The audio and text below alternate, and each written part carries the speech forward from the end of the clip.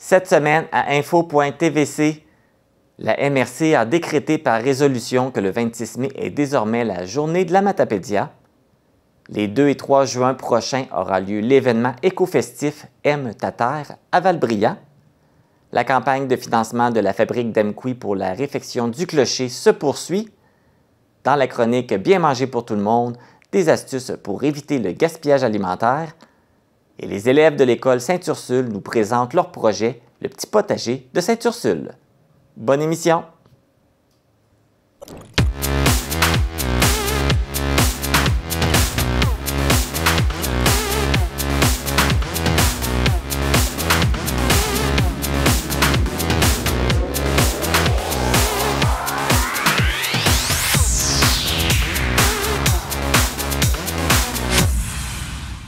Ici Marc Baudouin, bienvenue à info.tvc, édition du 12 mai. Ce dimanche, ce sera la fête des mères. Profitez de ce moment pour appeler ou rendre visite à votre maman. Si vous n'avez plus votre maman, vous avez sûrement une femme dans votre entourage qui est maman, avec qui vous pourrez souligner cette journée avec elle. Débutons maintenant les actualités matapédiennes. Une enquête en matière de proxénétisme et de traite d'une personne effectuée par l'Escouade intégrée de lutte contre le proxénétisme a permis de procéder à l'arrestation de David Pellerin. L'homme de 39 ans de Saint-Léon-le-Grand a été arrêté le 9 mai à Longueuil. Le lendemain, il a comparu par visiocomparution au palais de justice de Trois-Rivières et est depuis demeuré détenu. L'homme fait face à 8 chefs d'accusation, dont avoir recruté, détenu, caché ou hébergé une personne mineure à offrir ou à rendre des services sexuels moyennant rétribution. Ces accusations concernent des événements survenus entre les mois de décembre 2022 et mai 2023 dans les secteurs de Saint-Léon-le-Grand, Longueuil et Val-d'Or. Le suspect pourrait avoir fait d'autres victimes à travers la province du Québec.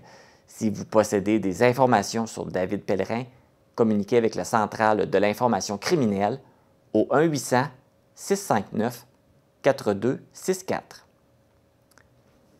Le ministère des Transports et de la Mobilité durable débutera les travaux de reconstruction d'une portion de la rue Saint-Jean-Baptiste à Causes-Abscales le 15 mai prochain. Les interventions incluent la reconstruction de la chaussée sur un peu plus de 1 km au sud-ouest de l'intersection avec la rue Morin, le réaménagement des intersections des rues adjacentes, le remplacement des bordures de route et des trottoirs et l'ajout de 2 passages piétonniers.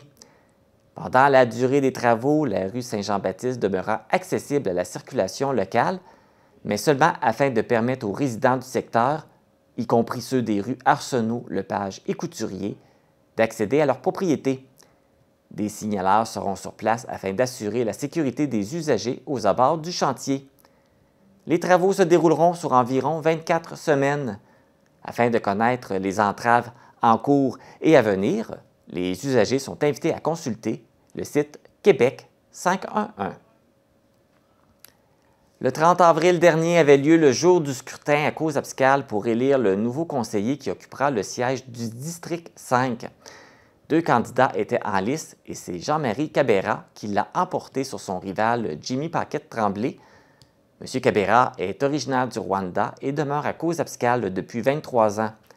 Rappelons que le siège est devenu vacant puisque son occupante, Odile Roy, a été élue mairesse par acclamation suite à l'annonce du départ de l'ex-maire de Causes-Abscales, Régent-Félix Lagacé, qui avait été élu sans opposition aux dernières élections municipales du 7 novembre 2021. Le projet de crèmerie café à Sébec annoncé au mois de novembre dernier est complété. La Maison Loup ouvre officiellement ses portes ce samedi 13 mai dès 8 h. Vous pourrez y déguster de la crème glacée molle et d'autres produits laitiers, ainsi qu'une variété de café. L'entreprise est située dans les anciens locaux de la Banque nationale à Sébec, au 1 rue Keeble. Le guichet automatique est également accessible. L'événement l'Arena Cross d'Amqui sera de retour pour une 2e édition. Les amateurs de motocross peuvent déjà se procurer des billets dans différents points de vente situés à Amqui, soit chez JM Villeneuve, André Allé et Fils, FM Sport, Dépanneur GLS Amqui et Dépanneur chez Laurie. Il est aussi possible de se procurer des billets en ligne à l'adresse que vous voyez au bas de l'écran. L'événement se déroulera le samedi 3 juin dès 19 h à l'Arena d'Amqui. En hommage à la citoyenne de Sébec, Diane Pinault, décédée en février dernier, la Fondation Action Santé participe à l'organisation d'une marche qui aura lieu le dimanche 4 juin à compter de 13 h au canon du parc en face de l'église de Sébec. Les marcheurs pourront choisir entre 3 trajets, soit débutants, intermédiaires ou avancés, et sont invités à porter du jaune qui était la couleur préférée de Diane. La contribution participative est volontaire et les dons recueillis seront remis directement pour le service d'oncologie à l'hôpital d'Amqui. Il est également possible de faire un don même si vous ne participez pas à la marche.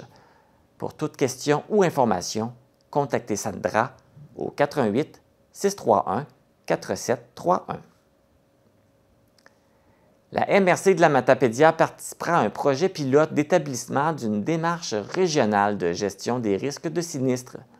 Le projet prévoit la création et la coordination d'un comité régional, la réalisation d'un état de situation de la sécurité civile sur le territoire, ainsi que l'identification, l'analyse et l'évaluation des risques. Cette initiative est soutenue par le ministère de la Sécurité publique du Québec et la conclusion du projet pilote s'effectuera en mars 2024. À la fin de celui-ci, la MRC de la Matapédia poursuivra ensuite jusqu'à la planification et la mise en œuvre de différentes mesures de gestion des risques. Même si la sécurité civile est une responsabilité municipale, ce n'est pas la première fois que la MRC ramène à la planification régionale. Ce fut le cas en 2000 avec le service incendie et en 2021 avec la sécurité civile. L'épicerie du Carrefour sportif à Amqui a vendu un billet à gratter, le numéro gagne-tout de l'Auto-Québec, à Gérard Morneau. Ce billet s'est avéré gagnant puisque celui-ci a remporté un des gros lots de 50 000 $. M. Morneau a mentionné qu'il allait profiter de ce gain pour se gâter. Terminons avec l'actualité sportive. Une douzaine de nageurs du club de natation Natakui ont participé à un camp de développement pour les nageurs du nord-est du Nouveau-Brunswick et de la Gaspésie la fin de semaine dernière. Cet événement organisé par le club de natation Akatika de Campbellton a accueilli une soixantaine de nageurs et a permis aux différents jeunes de 6 à 12 ans de participer à 4 séances de natation, à des entraînements hors piscine et à une compétition à relais. Cette première expérience pour les nageurs du Natakui reste inoubliable, comme le mentionne l'entraîneur-chef du club, Maïdim Galdem. Parmi les clubs visiteurs, celui d'Amqui au Québec est venu au camp avec une douzaine de nageurs. C'était vraiment formidable pour les jeunes. Moi, j'ai vécu ça quand j'étais jeune aussi, j'étais un jeune athlète. J'ai vécu ça comme ça reste vraiment des belles souvenirs pour eux autres. Ils vont aussi faire des amis, ils vont se connaître. C'est ce qui complète les actualités matapédiennes. Le 26 mai a été décrété en tant que journée de la Matapédia. Tous les détails après la pause.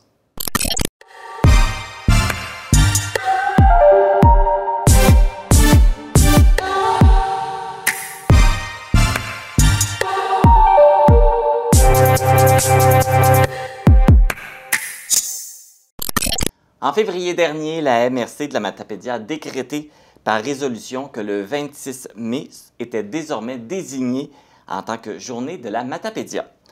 Pour en savoir un peu plus, je reçois Chantal Lavoie, préfet, et Isabelle Pinard, qui est conseillère en développement, promotion et attractivité à la MRC de la Matapédia. Bonjour, mesdames! Bonjour! On parle là que le 26 mai va devenir la journée de la Matapédia. Tout d'abord, d'où c'est venu cette idée de créer une journée pour la Matapédia? Bien, ça fait quand même un certain temps qu'on y pense. C'est même dans notre projet d'éco-territoire habité. C'est dans le fond le but de tout ça, c'est de vraiment mettre en perspective un peu la fierté matapédienne. On le voit souvent, comment les Matapédiens sont fiers d'être Matapédiens, les Matapédiennes aussi, là, quand on sort de la région. Mais quand on est à l'intérieur, puis je pense que ça fait du bien d'alimenter ce sentiment de fierté-là. Puis c'est un peu ça le but de cette journée-là, c'est d'être capable de dire haut et fort que les Matapédiens, on est fiers d'être Matapédiens, qu'on a des racines, qu'on soit d'adoption ou de souche. Hein? On a une appartenance très forte à notre région, puis c'est ce qu'on voulait souligner. On a choisi le 26 mai. C'est pas pour rien. Il y a une raison. Qui est? En fait, c'est la journée officielle qui a concédé la seigneurie du lac Matapédia. Donc, ça s'est passé le 26 mai 1694. Okay. C'est le comte de Frontenac qui a offert, en fait, au seigneur, je vais prendre mes notes pour être certaine de bien mentionner son nom, mais c'est à M. Charles-Nicolas-Joseph d'Amour de Louviers qui est revenu pour le premier, officiellement, la seigneurie de la Matapédia. Donc, ça remonte quasiment à plusieurs siècles, là, en 1694. Il faut mentionner que ce n'est pas juste un événement unique, là, ça va revenir à chaque année. C'est comme un anniversaire, là, ça va devenir comme l'anniversaire de la Matapédia, le 26 mai, régulièrement. Il va y avoir des activités. Ben là, le 26 mai, ça s'en vient bientôt. J'imagine qu'il va y avoir des activités pour la première année. Personnellement, je vous dirais que le concept de base, c'est effectivement de souligner ça, puis chacun un peu à notre façon. Je vois que, Marc, tu as déjà ton kit du 26. Donc, le bleu, le blanc, le vert, les couleurs de notre drapeau qui sont à l'honneur pour cette journée.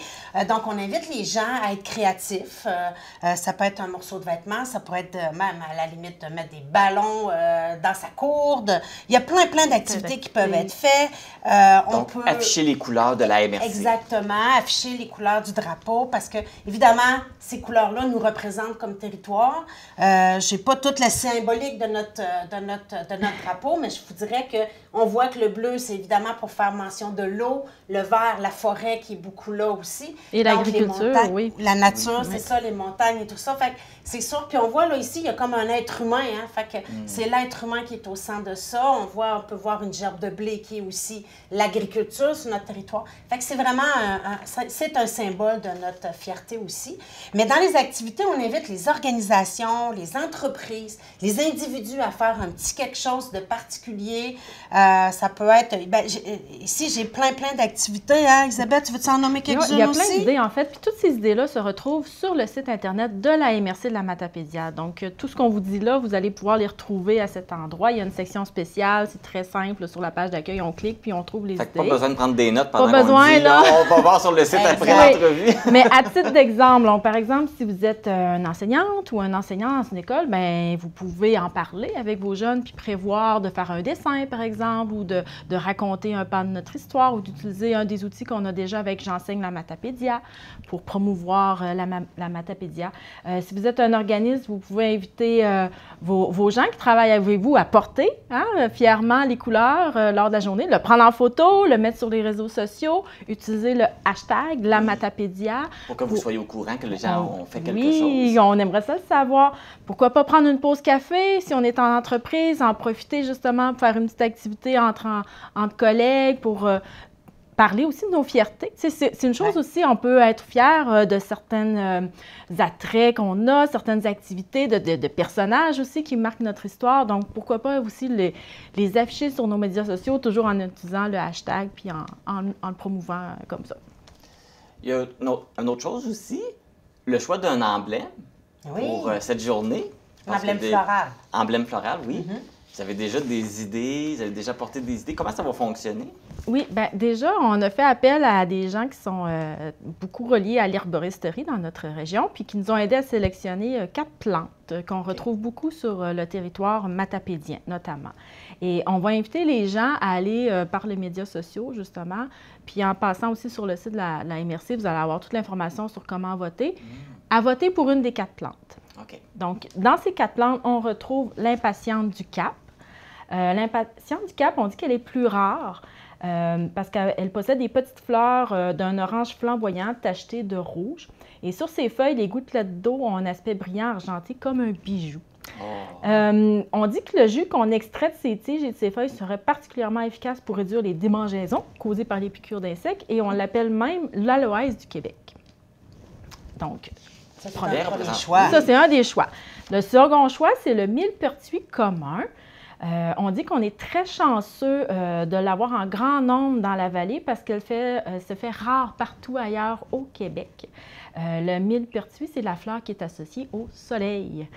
Elle est très jaune et très belle. Donc, les cultivateurs, les Québécois, cueillaient un bouquet de millepertuis au solstice d'été, d'où le nom de herbe de Saint-Jean. Et on l'accrochait sur les portes d'entrée afin d'apporter de la chance et avoir de belles et productives récoltes. verte. Donc, un autre belle fleur qui représente bien notre territoire. Oui, oui. Troisième choix, c'est l'immortelle blanche. Donc, c'est une fleur qu'on dit retrouver partout en Amérique du Nord, mais en discutant avec des herboristes et cueilleurs, on s'aperçoit qu'elle est plutôt difficile à trouver, sauf dans la vallée. Alors, c'est une fleur qui reste en floraison même lorsque le plant meurt doucement pour l'hiver. On peut alors la découvrir qui se tient fièrement, là, souvent seule, dans les champs matapédiens. Et on la reconnaît parce que sa fleur blanche a une texture de papier. Et finalement, le quatrième choix, c'est l'épilobe. C'est une plante qui vit en milieu forestier puis en bordure des champs. La fleur est très mellifère et d'une jolie couleur mauve ou rose. On retrouve souvent cette plante magnifique en grande colonie. Et on peut en faire un thé local nordique avec ses feuilles, ses jeunes pousses, tout est comestible. Puis au printemps, elle est un peu comme une sorte d'asperge sauvage. Donc, ce sont les 4 choix qui sont en candidature actuellement puis qui seront soumis au vote populaire. Est-ce que le vote est débuté ou ça débute bientôt? Ça débute, c'est débuté. C'est débuté. Et les gens ont jusqu'à quand pour faire un choix? Ça va être une période à peu près de 7 jours que le vote va être ouvert. On va l'annoncer entre autres sur la page Facebook de la MRC parce que l'objectif, c'est que le 26 mai... On nomme notre emblème floral. Oui, c'est ça, je me disais. Il faut que ça soit fait avant pour qu'on puisse connaître quelle fleur va représenter la MRC là, ce jour-là. Évidemment, comme on dit, cette année, on laisse un peu à la discrétion un peu de tout le monde d'organiser des choses, puis on verra dans l'avenir qu'est-ce que ça deviendra. On veut essayer de mettre la table cette année, de voir comment la participation va être aussi. Mais je pense que ça va être un beau moment, puis on va organiser peut-être d'autres choses aussi à venir. Là. On vous a nommé des suggestions, on laisse la créativité de chacun se laisser aller. Puis peut-être qu'on aura des belles surprises qui vont se préparer d'ici le 26 mai. On sait que c'est un petit peu...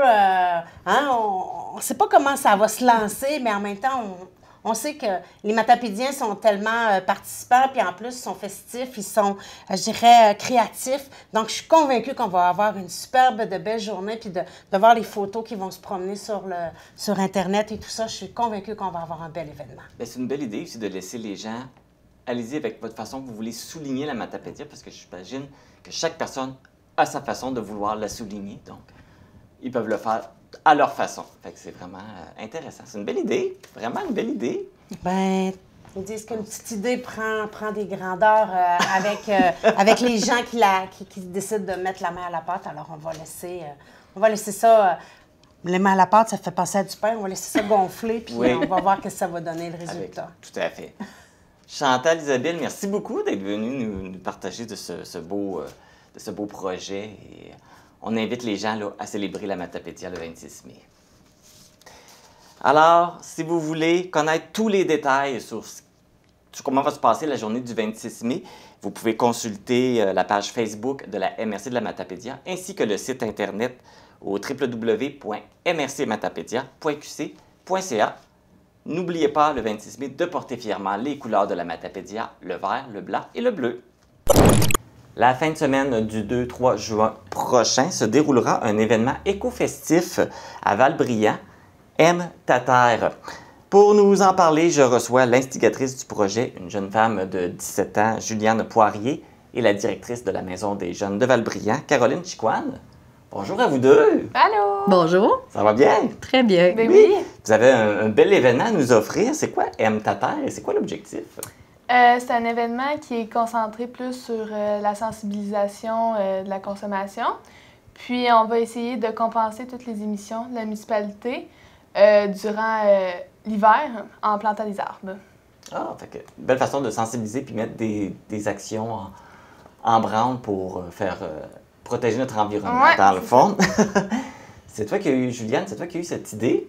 Ça t'est venu de où? Comment c'est arrivé de dire je veux faire un événement environnemental? Bien, moi, l'année passée, j'étais dans le comité environnemental à l'école.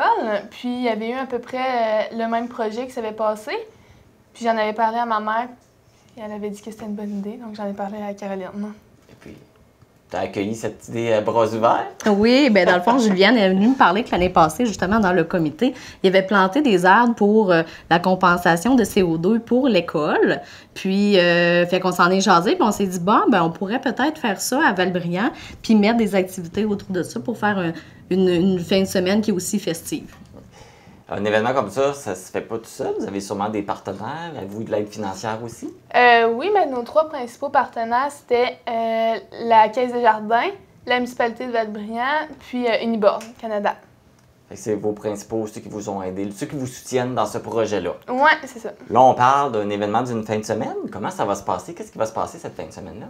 Le vendredi, il va y avoir un documentaire sur tout déballé, fait que sur l'emballage. Puis le samedi, on commence la journée avec la plantation des arbres. Puis après ça, durant la journée, il va y avoir des ateliers puis des kiosques. Puis en fin de soirée, il va y avoir un DJ. Et les kiosques, c'est préparé par qui?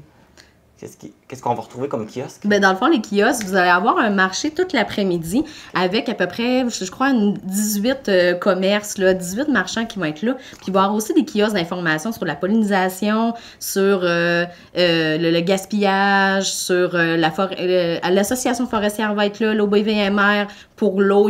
On a beaucoup aussi de partenaires qui sont là. La Maison des familles va venir faire une activité de chasse au trésor en lien avec l'environnement, avec les enfants.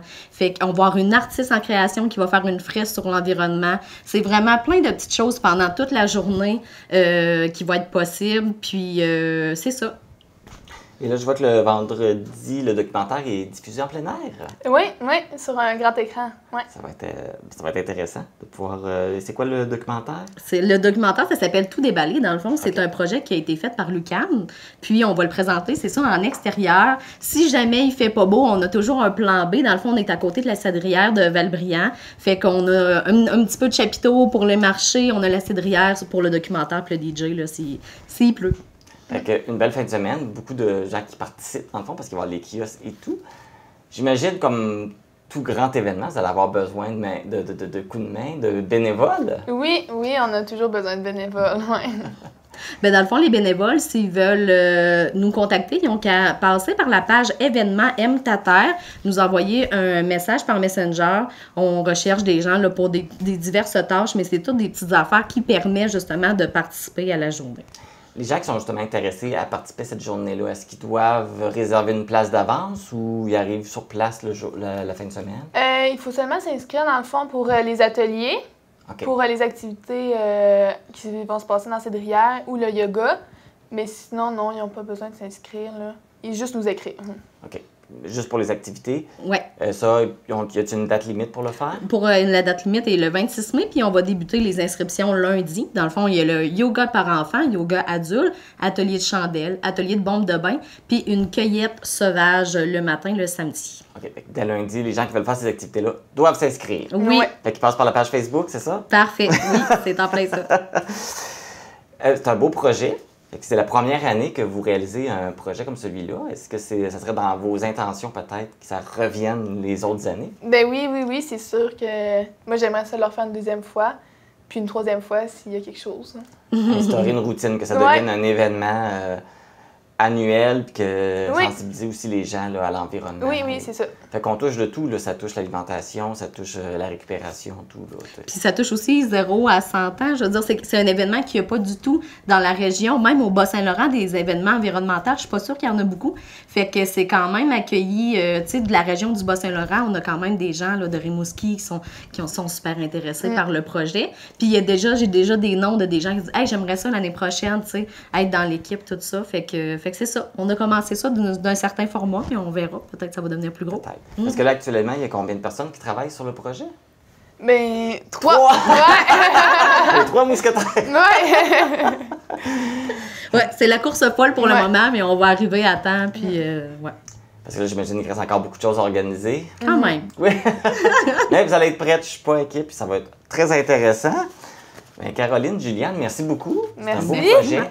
On vous souhaite beaucoup de succès. On espère que les gens vont répondre en grand nombre. Oui. Si vous voulez plus d'informations sur l'événement ou vous inscrire à certains ateliers qui vont se donner cette fin de semaine-là, vous pouvez consulter la page Facebook Événement MTATER. C'est donc un rendez-vous les 2 et 3 juin prochain, oui, c'est ça, à la Maison des Jeunes de Val-Brillant, au 38 rue des Cèdres, à Val-Brillant.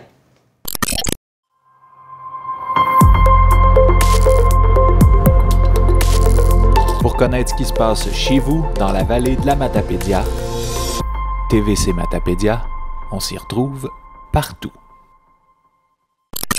En 2021, le Conseil de la fabrique d'Amqui a lancé une campagne de financement pour procéder à la réfection du clocher de l'église et l'installation d'un chauffage à la biomasse. Pour faire le point sur la situation, je reçois Jeanne d'Arc Voyer, qui est la présidente, et Daniel Thériault, qui est membre du Conseil de la fabrique. Bonjour à vous deux! Bonjour Marc, bonjour. Donc, comme je l'ai mentionné, là, il y a 2 ans, vous avez lancé une campagne de financement. Où est-ce qu'on en est rendu dans cette campagne? La campagne qui avait été lancée au début, on a plutôt mis l'accent sur le chauffage à la biomasse. Maintenant, oui, ça c'est fait. Daniel peut vous donner les détails là, des argents, puis des économies qu'on fait présentement avec le chauffage à la biomasse. Donc, la biomasse est installée. Vous avez réussi à recueillir tout l'argent que vous aviez besoin? Écoutez, ça a été très bien pour cette campagne de financement-là. Au départ, le projet était de 255 000 $ environ pour faire des chiffrons. Et puis, il s'est terminé à 236 000 $. Nous avions eu une subvention de 106 000 $. 99 000 $ en argent ont été amassés. Il nous restait donc un manque à gagner d'environ 34 000 $. La première année, l'économie de chauffage a été de 17 000 $. Et puis, avec l'avoir de la fabrique, on a comblé le restant. Ça fait que, donc, au moment où on se parle, la biomasse, c'est payé. Ça fonctionne très bien.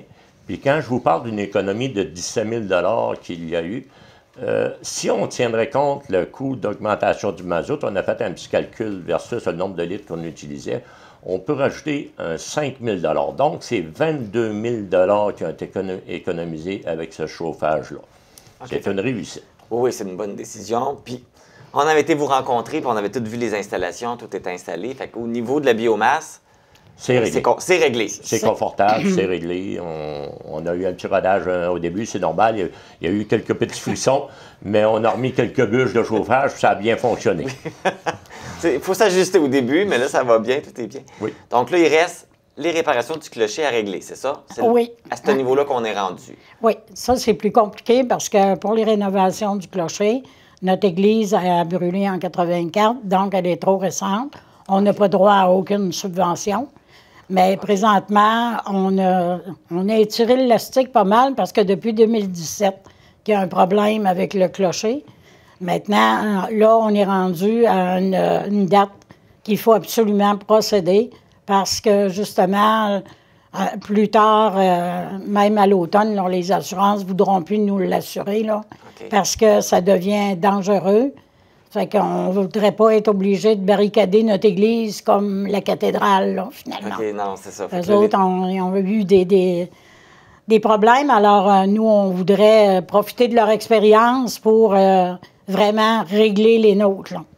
Tout à fait. Fait que là, les réparations, il faudrait qu'ils se fassent bientôt, là, ce que je comprends. Il faut que ça commence bientôt. Et là, au niveau du financement, vous êtes rendu où? Parce que vous avez, les dernières nouvelles, vous aviez besoin d'un 48 000 $, c'est ça?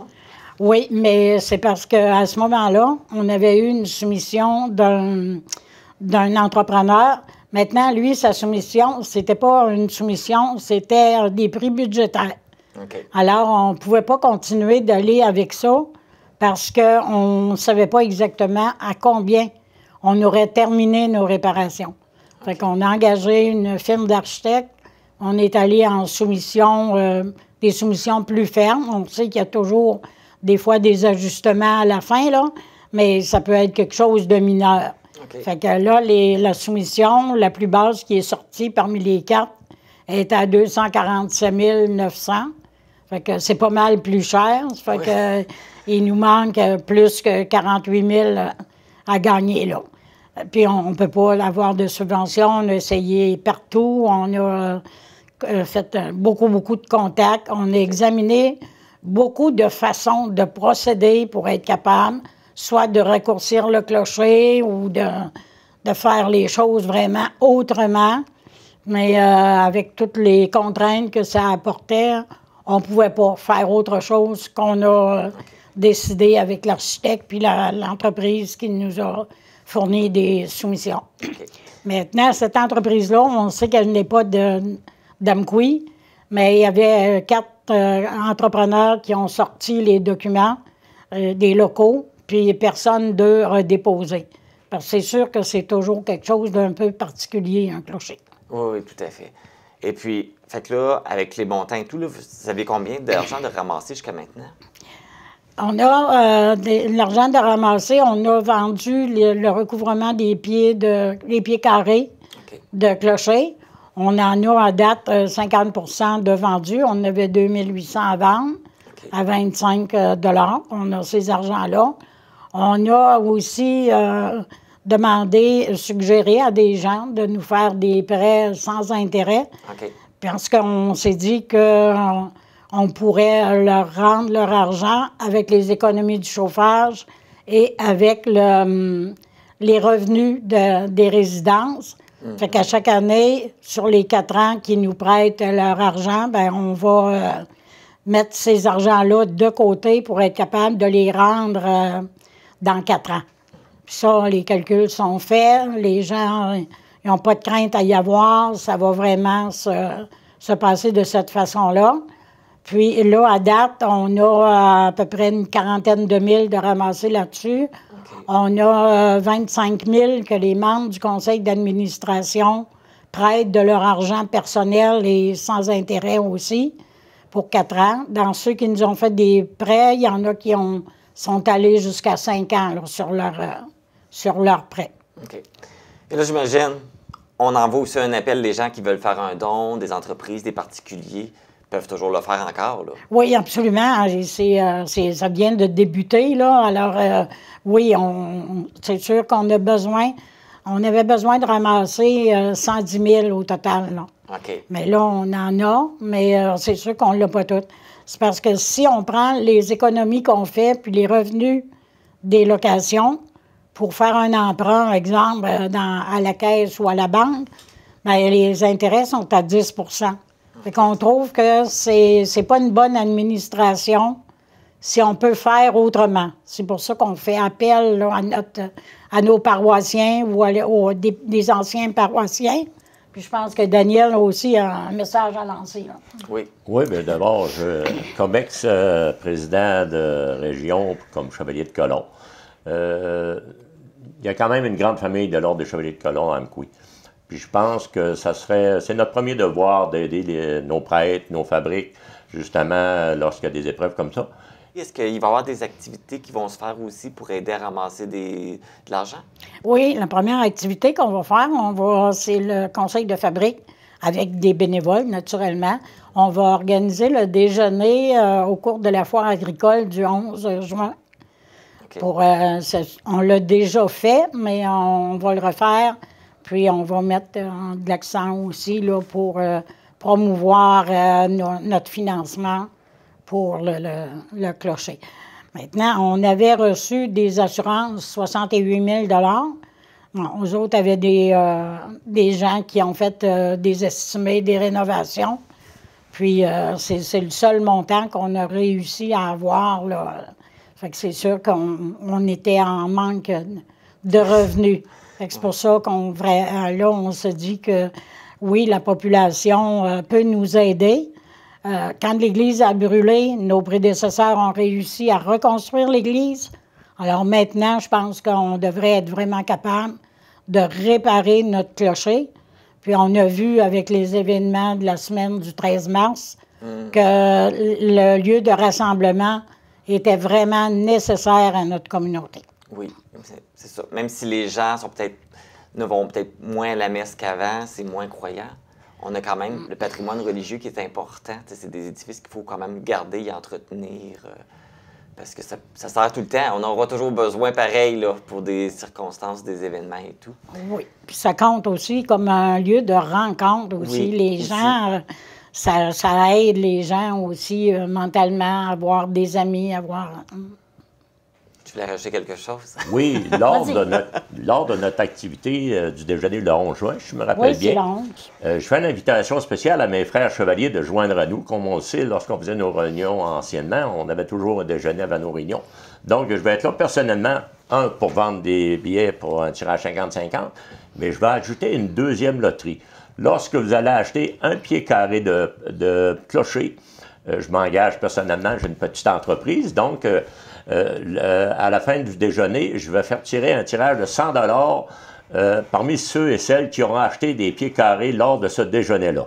Donc, si vous voulez vous procurer des pieds carrés du clocher, vous pouvez le faire à l'occasion du 11 juin. Ça va me faire plaisir là, de participer personnellement là, à une loterie pour cela. Bien, une belle initiative. Merci beaucoup. C'est vraiment intéressant. C'est une primeur, là. Oui, c'est ça. Pas au courant. Et pas au courant. On a les primeurs. Ah, c'est très ça. bonne nouvelle. Oui. Et puis là, on parlait aussi que les réparations sur le clocher commençaient à être urgentes. Dès qu'il va y avoir un peu d'argent qui rentre, est-ce que vous allez quand même commencer les travaux ou vous devez attendre d'avoir obtenu le montant total? Bon, c'est sûr que quand on va commencer, on aimerait bien avoir le montant total. Maintenant, nos démarches se poursuivent avec l'entreprise qui doit faire les travaux, puis l'architecte, pour établir vraiment la date du début des travaux. OK, bon. De toute façon, on est confiant. Ça a tellement bien été avec la biomasse. Oui, ça nous faisait économiser de l'argent. Mais je pense que les gens de la population d'Amqui tiennent à leur église. Oui. Ils l'ont prouvé. Puis je pense qu'ils vont nous le prouver également lors de cette campagne-là. Je suis persuadé que ça va être encore un succès. Ben, merci beaucoup.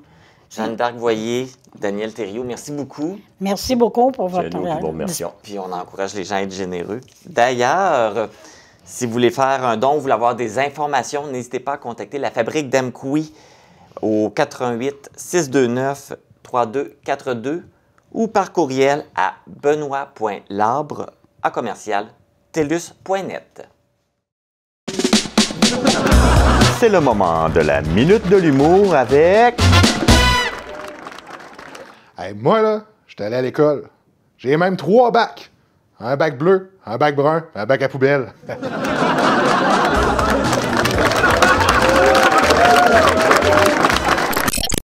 Pour nous joindre, composez le 88 629 4503 ou écrivez-nous à journaliste@tvcmatapedia.com.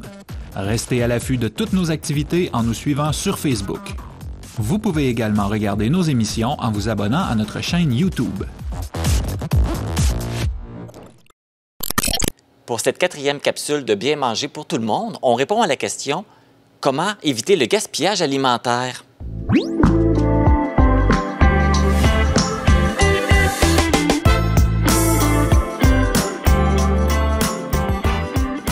Pour cette capsule, je suis en compagnie de Marie-André Mathieu, qui est du potager Enchanté. Bonjour Marie-André. Salut! On est toutes bien installées. On est dans la cafétéria du Centre matapédien d'études collégiales. Oui. Et on va discuter de gaspillage alimentaire, parce que ça, je pense, c'est une problématique que tout le monde vit. Hein?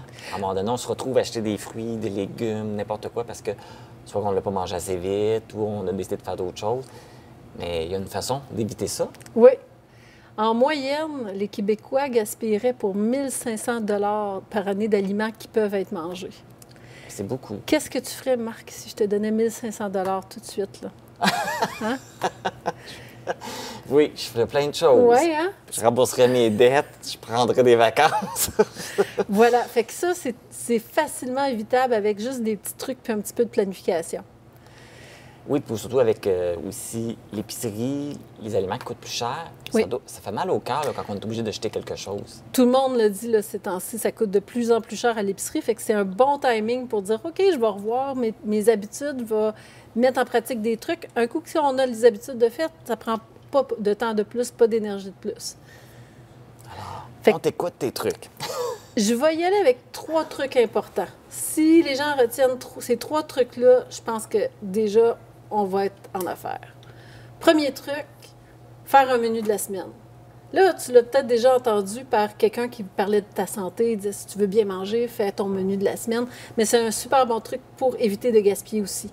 Oui. Parce que rien de pire que d'arriver le soir puis comme ah, qu'est-ce que je fais pour souper? Je sais pas, je suis fatiguée. Ah, on va-tu acheter de la poutine? Là, si on fait ça, bien, les repas qu'on a préparés qui sont dans le frigidaire, les carottes qu'on a achetées ou les poivrons, pendant ce temps-là, ils vont se perdre. Là, les épinards que tu as achetés, là, même s'ils étaient en rabais, flash food, c'était moins cher, je l'achète. Mais ça se perd pendant que tu achètes. Là, ça t'a coûté cher parce qu'en plus, tu es allé au restaurant. En plus. Fait que faire un menu de la semaine, ça aide beaucoup à faire l'épicerie en conséquence de ce qu'on a besoin. On peut voir, si j'ai pas prévu dans la semaine d'utiliser de la courge, puis j'ai de la courge dans mon frigidaire, je vais la congeler. Puis ça permet vraiment de faire moins de gaspillage et d'être plus en santé. Donc, premier truc. Le premier truc, mais c'est beau se faire un plan pour la semaine. Comme tu dis, il faut le suivre. Oui. Si on change nos plans 3 fois semaine, ça marche pas, là. Bien, si tu fais un menu pour la semaine, moi, jeudi, j'ai prévu faire un mijoté avec du poulet. Mais là, mon poulet n'est pas encore dégelé. Fait que si j'arrive mercredi faire dégeler mon poulet, puis là, je vois que il me reste encore un reste de pâté chinois, bien, je vais dire, OK, je laisse faire ça, puis finalement, je vais manger mon reste de pâté chinois le lendemain. Ouais, mais au moins, ton poulet ne se gaspille pas parce qu'il est congelé. C'est ça. Fait qu'il y a comme des petites étapes qui suivent à chaque jour pour voir, OK, je suis rendu où par rapport à demain. Parfait.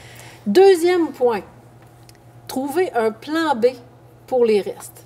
Ça, il faut avoir ça en tête. Au pire, on se l'écrit dans un petit coin de notre agenda. Qu'est-ce que je peux faire avec mes restes de poivrons, avec mes restes de sauce tomate, avec mes restes de... Quand on a des plans B, là, un coup qu'on les a trouvés, les plans B, ils sont bons pour toujours. Là. Fait que, admettons que tu as des restes de... Je vais donner un exemple. Mes garçons sont revenus hier de l'école, ils n'avaient pas mangé leur collation, je leur avais coupé des pommes, là, j'avais enlevé le trognon et tout. Ils n'ont pas tout mangé. Et qu'est-ce que je vais faire avec les restes de pommes? Je vais les jeter? Non, je sais à cette heure que je les coupe en cubes, puis là, je les mets dans le gruau que je fais cuire le lendemain matin. Ou bien je fais une salade de fruits, ou bien je fais une compote de pommes. J'ai déjà des raccourcis dans ma tête que je sais qu'est-ce que je vais faire avec ces restes-là. Fait que toujours se prévoir des petites recettes pour récupérer ce qu'on pourrait gaspiller. Des recettes ou des trucs généraux. Oui. Tu sais, mettons, je te dis, j'ai un reste de poivron, il me reste 2-3 oignons verts, un petit peu de persil, puis des patates cuites. Qu'est-ce que je fais avec ça?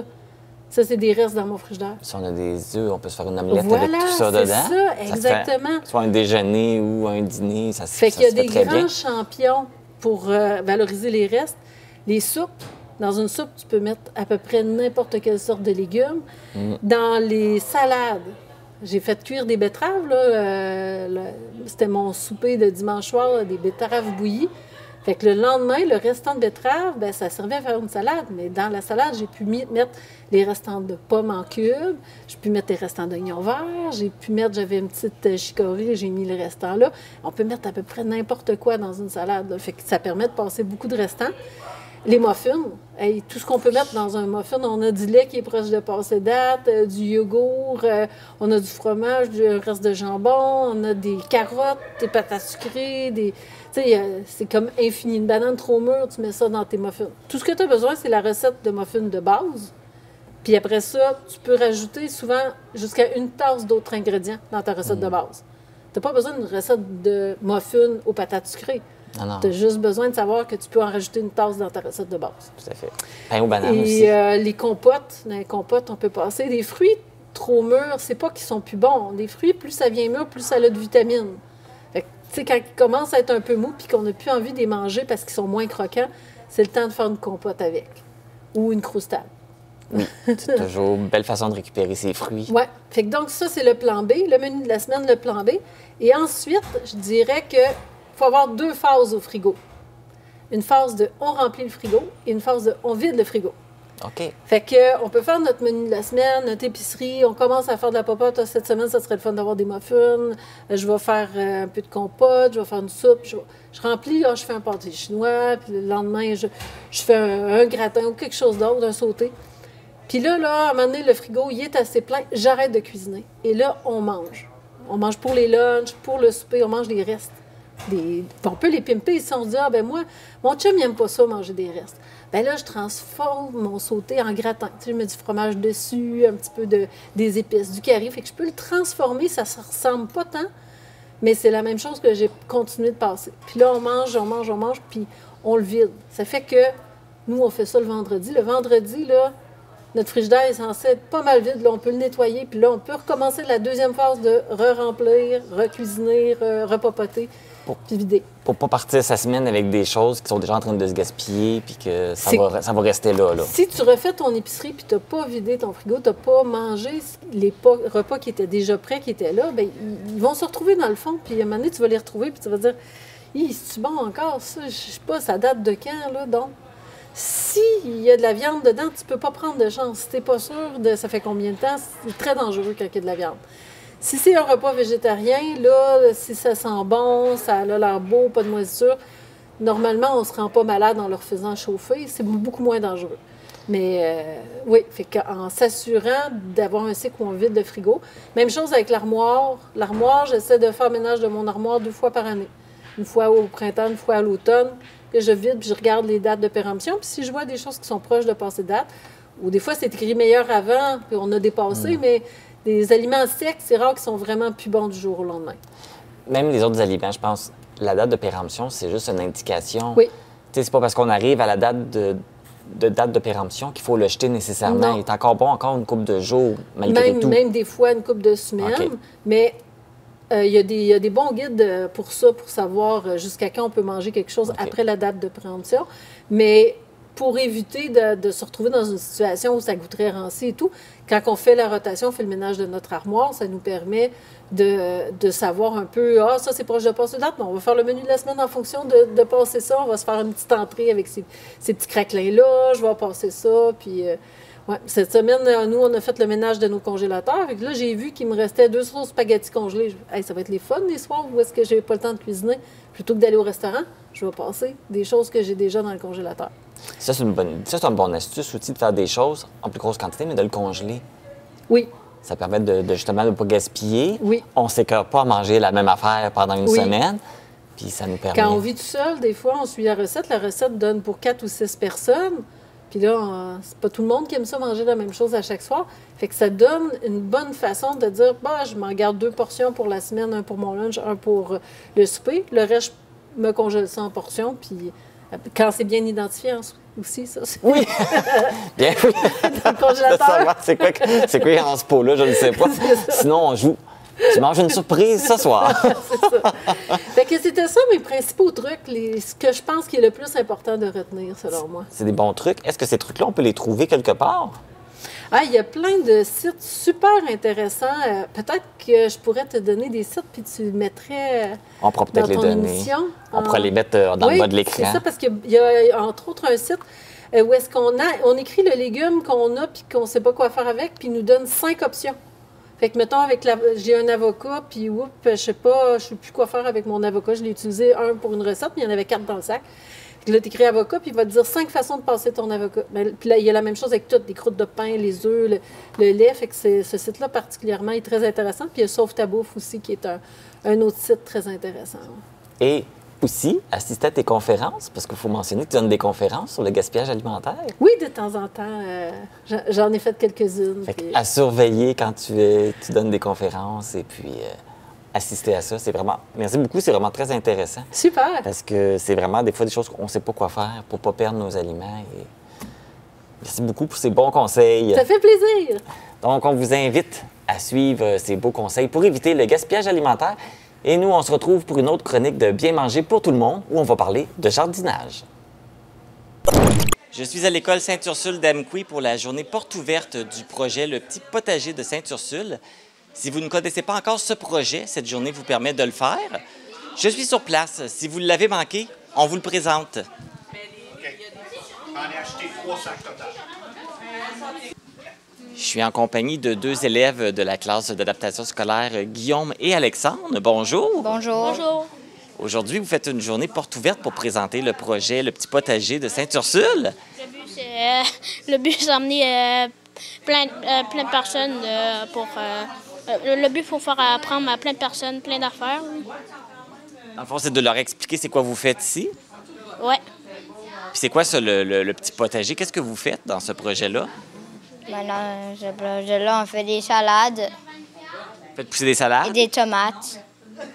Et des tomates? Ouais. Et la journée aujourd'hui, je pense que vous en vendez aussi? Oui. Ouais. Est-ce qu'il y a beaucoup de monde qui viennent vous voir? Quand même. Oui. Oui, des fois oui, des fois non, ça marche. C'est quoi votre rôle, vous, dans ce projet-là? C'est quoi vous faites? Ben, on fait pousser des salades, on en donne. Et puis, on fait pousser des tomates et on laisse les autres en acheter. C'est vous autres qui les faites pousser. Puis comment vous faites ça? Ben, avec une serre, qu'on n'a pas besoin d'arroser les plantes. Ça se fait tout seul? Ouais. Et dans le fond, vous autres, vous faites juste les surveiller pour être sûr que ça va bien? Oui. Et après ça, vous les mettez dans de la terre? Oui. Non. On met ça dans un substrat. Ouais, puis un truc de même. Puis ces salades-là, ils boivent beaucoup. C'est une serre hydroponique. Est-ce que vous aimez ça, faire une journée comme aujourd'hui, de rencontrer les gens et de leur expliquer ce que vous faites? Oui. Oui. Oui. Bon, ben, je vais vous souhaiter une belle journée. Puis continuez votre beau travail. Oui. Lors de la journée porte ouverte, il y a plusieurs kiosques pour nous expliquer justement le projet. Donc, je suis au premier kiosque qui parle de la partie de la serre et je suis encore avec Guillaume et Alexandre. Alors, pouvez-vous nous expliquer qu'est-ce que c'est que les parties de la serre et son fonctionnement? Ça, c'est les matériels. Il faut une brosse, de même, une autre brosse, un pinceau. Et un pinceau. Une seringue. Un sécateur. Et les brosses, ils servent à quoi? Ça, c'est pour nettoyer. Le sécateur, j'imagine, c'est pour les couper. Oui. Ouais. Ça, c'est... Les hydrotesteurs. Des hydrotesteurs. Pour tester la quantité d'eau. Ouais. Des gants. Des Oui, parce que quand on touche la nourriture, il faut se protéger les mains. Il faut avoir une pince, une seringue, des lunettes et des pièges à mouches. Un bidon et des noix. Et la seringue, ça sert à quoi? À mettre du pH. OK. C'est un produit chimique. Ça, c'est tous les outils que vous utilisez pour faire la culture des laitues, des tomates et tout. Oui. Donc, il faut que vous soyez bien équipés puis il faut que vous soyez avoir tout ce qu'il faut. Ben ça fait partie de comment ça fonctionne. Un substrat, en fait. On va aller mettre ça là. Après, il faudra faire ça ici pendant 2 semaines. Après 2 semaines, on va sortir la pouponnière. On va prendre le substrat, on va mettre ça là-dedans et puis ça pousse. OK. Ouais. En fait, on n'a pas besoin d'arroser ça. Non, parce que l'eau, elle reste déjà dedans. Ouais. C'est juste de les suivre et quand ils sont prêts. Il n'y a plus vraiment d'autres choses après. Et là, ceux qu'on voit là, est-ce qu'ils sont prêts ou sont pas encore prêts? Ils sont prêts. Ils sont prêts? Ouais. Fait que ceux-là, vous allez pouvoir les vendre aussi. Ouais. Bien, merci beaucoup. Ouais, de rien. Je suis maintenant en compagnie de Tristan et Brandon qui vont nous expliquer la différence entre l'hydroponie et la culture en terre. Bonjour les gars. Allô. Donc, expliquez-moi, là, c'est quoi la différence entre les deux? La culture en terre, ça prend plus de temps que l'hydroponie. Combien de temps de plus, est-ce que tu sais? Environ 2 à 3 mois. Ah, quand même, il y a beaucoup une grosse différence. Vous, c'est l'hydroponie que vous faites ici? Oui. Et puis, là, on voit des plants. Quand vous les commencez du départ, hein? Oui. Et là, on voit... Qu'est-ce qu'on voit ici? Ça, ici, c'est l'hydroponie. OK. Et là, la culture en terre. Ça veut dire que la laitue vient plus grosse en hydroponie? Oui, parce que c'est plus rapide. OK. Ah, c'est pour ça. Fait que ça vient. Il faut beaucoup de choses. Et puis, qu'est-ce que ça l'explique? Qu'est-ce qu'il faut savoir aussi entre les deux? Qu'est-ce que ça prend?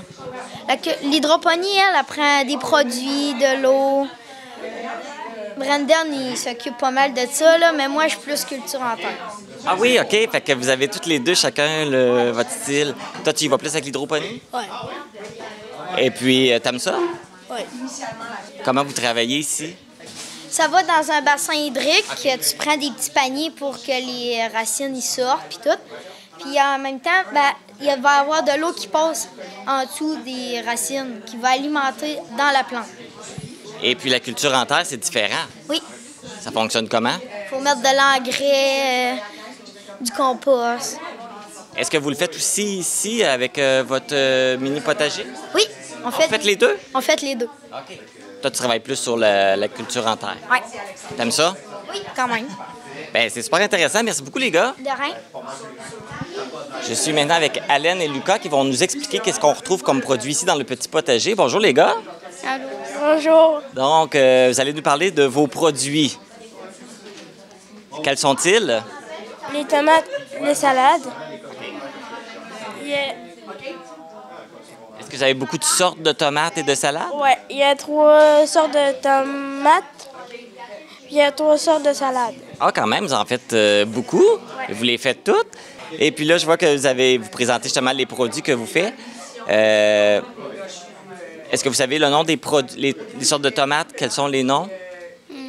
Moi, je sais juste les noms des salades. OK, c'est quoi les noms des salades? Il y a la romaine rouge d'hiver, la direton et la redina. OK, mon doux, c'est des sortes qu'on connaît peut-être moins. Ils vendent pas beaucoup ici au Québec. Ah non? OK, fait que vous êtes dans les seuls qui vendaient ces sortes de salades-là? Ouais.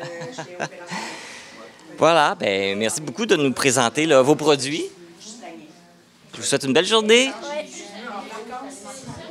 Je suis maintenant au kiosque de la dégustation avec Rudy. Bonjour, Rudy. Bonjour. C'est toi qui es en charge de faire les dégustations? Oui. Comment ça se passe? Bien. Et comment ça se passe quand les gens vont venir déguster? Comment ça se passe? Qu'est-ce que tu fais? Ben, les personnes qui veulent de la salsa, donc ils me demandent. Fait que moi, je leur explique la dégustation. OK. Et qu'est-ce qu'il y a à déguster? Tu as parlé de la salsa. Y a-tu d'autres choses? La salade de résina, la romaine puis la dintante. OK. C'est toutes ces choses qu'on peut goûter? Oui. Fait que si je te demande que je veux goûter, est-ce que tu me fais goûter? Oui. OK. Je te laisse me faire goûter. Une salsa? Oui. Donc, La salsa, est-tu faite avec les légumes que vous avez fait pousser ici? non, ma prof les a achetés. C'est juste qu'elle a triché un petit peu parce qu'on n'avait pas de tomates de près. OK, c'est pour faire la salsa. C'est juste pour ça. Si vous auriez des tomates de près, ça aurait été vos tomates à vous que vous auriez mis. Bon. Fait que là, je vais goûter la salsa. Est-ce que je peux goûter aussi à vos laitues? Oui, de chaque. C'est moi qui la prends? Oui, vous pouvez commencer par là puis finir par ici. Est-ce que tu es capable de m'expliquer c'est quoi la différence entre les 3 salades? C'est qu'ils n'ont pas le même goût. Ils n'ont pas le même goût?